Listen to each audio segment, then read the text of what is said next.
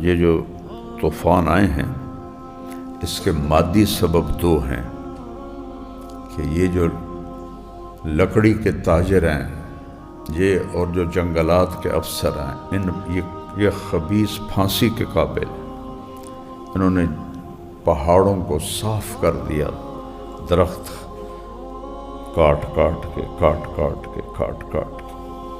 پورے یورپ میں کوئی ٹہنی درخت کی نہیں کاٹ سکتا، ٹہنی گھر کے اندر لگے درخت کی بھی ٹہنی کاٹنے کا پتہ چلے تو پولیس آ جاتی، تو انہوں نے لاکھوں درخت کاٹ دیے اور اوپر سے پہاڑوں میں شگاف کر کے سفید پتھر نکالو، سرخ نکالو، نیلا نکالو، پیلا نکالو، تو زمین کے جغرافیے کو ان کم بختوں نے ہلا کے رکھ دیا۔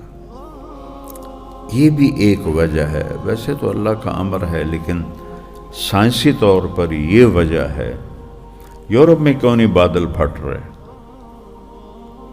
وہاں بھی تو پہاڑ ہیں، اس سے زیادہ سردی ہے، اس سے زیادہ بادل ہیں، وہاں کیوں نہیں پھٹ رہے؟ یہاں کیوں پھٹ رہے ہیں؟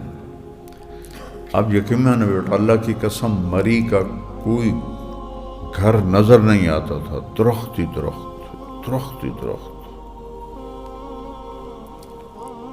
تو ایک بہت بڑا سبب ہے پاکستان کی۔ کیا میں رات کل اتنا رویا ہوں کہ میری ہچکی نہیں بند ہوئی کہ یا اللہ تو نے ہمیں کن کے حوالے کر دیا۔